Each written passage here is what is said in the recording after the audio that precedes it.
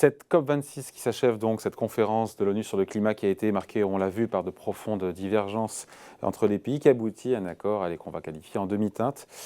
Cette question, pour autant, il faut se la poser. Comment investir aujourd'hui dans les énergies renouvelables? Bonjour Frédéric. Bonjour. Frédéric Rollin pour Pictet Asset Management. L'accord final, et ce n'est pas le sujet, mais quand même ne suffira pas à contenir suffisamment le réchauffement climatique, ça tous les experts le disent. Malgré tout, en Europe, cette transition écologique est quand même bien engagée. Oui, je crois que c'est un échec en demi-teinte. On a quand même les États-Unis qui sont revenus dans le jeu, on le savait, mais enfin, ils sont là. Il y a eu des déclarations communes, un travail entre les États-Unis et la Chine, qui sont quand même très très importants pour la lutte contre le réchauffement climatique, à la fois par leur puissance économique, puis par le fait aussi qu'ils ont tendance quand même à émettre beaucoup de CO2. Mais finalement, ce qu'on sent de plus en plus, c'est qu'il va falloir, je crois que c'est le secteur privé au fond, va devoir prendre le relais. Alors il va bénéficier de plans extrêmement importants. Bon, il y a eu des engagements sur les financements qui ont été peut-être insuffisants, mais on sent quand même que dans l'ensemble des plans sont votés les uns après les autres au niveau local, au niveau européen, américain, chinois, indien. Et donc dans l'ensemble, beaucoup d'investissements vont pouvoir être faits dans le secteur privé pour les énergies propres. Et je crois que la question pour l'investisseur, c'est finalement est-ce qu'il souhaite, est-ce qu'il veut, est-ce qu'il peut participer à cet effort qui est tellement aujourd'hui tellement important. Il n'y a pas tant de valeur cotée que ça quand on réfléchit. Il y a beaucoup d'argent qui vient s'investir dans les énergies renouvelables, mais sur les sociétés qui sont cotées, il y en a pas tant. Il y en a beaucoup, mais il n'y en a pas non plus pléthore. Alors, ça dépend ce qu'on va rechercher. C'est-à-dire que si on cherche vraiment le producteur de cellules photoélectriques précisément, ou le producteur, l'installateur d'éoliennes, effectivement, si on restreint à ceci, on ne va pas en trouver beaucoup. Et ça va peut-être être aussi des valeurs, je pense par exemple aux producteurs de photoélectriques en Chine, qui vont peut-être être des valeurs presque comme des matières premières, en fait, qui vont avoir peut-être une forte volatilité. En revanche, il y a beaucoup d'autres, je dirais, d'autres secteurs qui peuvent être importants dans la transition énergétique. Ça peut être l'efficacité énergétique, l'efficacité des bâtiments, l'efficacité de l'industrie, ça peut être la mobilité électrique, ça peut être la conduite autonome, et enfin aussi certaines valeurs de production d'électricité aussi qui peuvent être intéressantes. Donc c'est quand même un marché assez varié et assez profond. Ouais. Sachant que sur les énergies vertes, il va falloir mettre le paquet.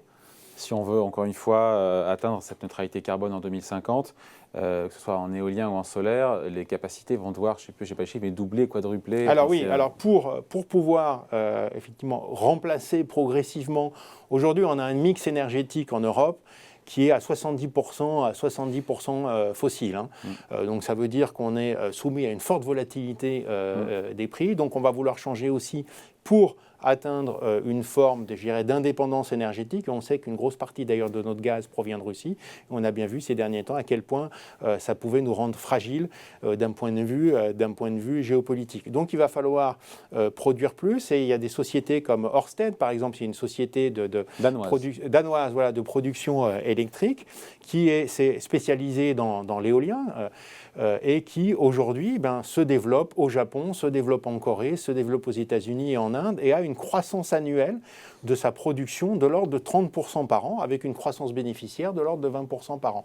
Donc c'est une société qui a un peu consolidé ces derniers temps. Peut-être il y avait eu au cours de l'année 2020 un petit peu d'exagération sur ses valeurs. Elle a un petit peu sous-performé. Ça c'est vrai. Mais à moyen terme, je pense à Neoen aussi, producteur d'énergie verte qu'on va recevoir d'ailleurs dans quelques semaines, qui a corrigé 35% cette année. Bon, après avoir largement explosé les années d'avant. En bourse, il y a encore une fois, beaucoup de valeurs ont beaucoup monté, mais ont corrigé depuis. Alors, il y a beaucoup de valeurs qui avaient monté, justement, aussi de ces valeurs de production électrique, de ces photoélectriques qui étaient aussi assez présentes dans tout ce qui est ETF, fonds indiciels spécialisés, donc qui vont acheter ces valeurs en fonction de leur capitalisation. Donc, peut-être un peu d'exagération. Là, ça a consolidé, mais quand je prends Ørsted, c'est quand même une valeur qui a une croissance structurelle très, très forte, qui prouve chaque année qu'elle peut augmenter sa croissance bénéficiaire. Donc, elle a peut-être été sur des multiples de valorisation un peu exagéré à un moment donné, mais sa performance à moyen terme sur 4 ou 5 ans reste très très au-dessus au-dessus de celle des indices de référence et nous pensons qu'à moyen terme, elle va reprendre une tendance haussière. Oui. Donc, soit investir en direct dans les renouvelables au travers, encore une fois, de Ørsted ou Neoen. Oui. Enfin, c'est pas un conseil, mais voilà, des valeurs Non, c'est pas un conseil, mais qui sont c'est directement ce liées. type de valeur. Voilà. Ou alors sortir et aller plus sur l'efficacité énergétique, les transports. Mais vous pensez à quelle valeur? Alors, l'efficacité énergétique, ça peut être des valeurs qui sont spécialisées, comme Kingspan, par exemple, qui est une valeur qui est spécialisée dans les panneaux d'isolation. Bon, c'est assez classique, mais certaines valeurs sont plus fortes que d'autres, certaines entreprises sont plus fortes que d'autres. Ou ça peut être, par exemple, dans des data centers. Vous avez notamment une entreprise de data center qui s'appelle Equinix, qui a complètement transformé son mix énergétique. Alors, on sait que, bon, on dit data center, c'est fortement consommateur d'électricité. C'est pas vraiment là où on veut éviter le réchauffement climatique. Ce qu'il faut savoir, c'est que les data centers permettent quand même de réduire fortement la facture énergétique par rapport à une entreprise qui conserverait elle-même ses données. Donc, il y a déjà une réduction. Et puis, en plus, société comme celle que je viens de nommer, qui a changé son mix énergétique, maintenant qui est à 90% renouvelable. Donc, qui bénéficie de la croissance des data centers, mais d'une façon qui est plutôt vertueuse. Donc, ça, c'est, je dirais, côté bâtiment, en fait, immobilier, bâtiment. Et puis, dans l'efficacité énergétique, eh bien, il y a aussi tout ce qui va nous permettre de construire, par exemple, des chaînes de production ou des machines qui sont moins consommatrices d'électricité ou de carburant.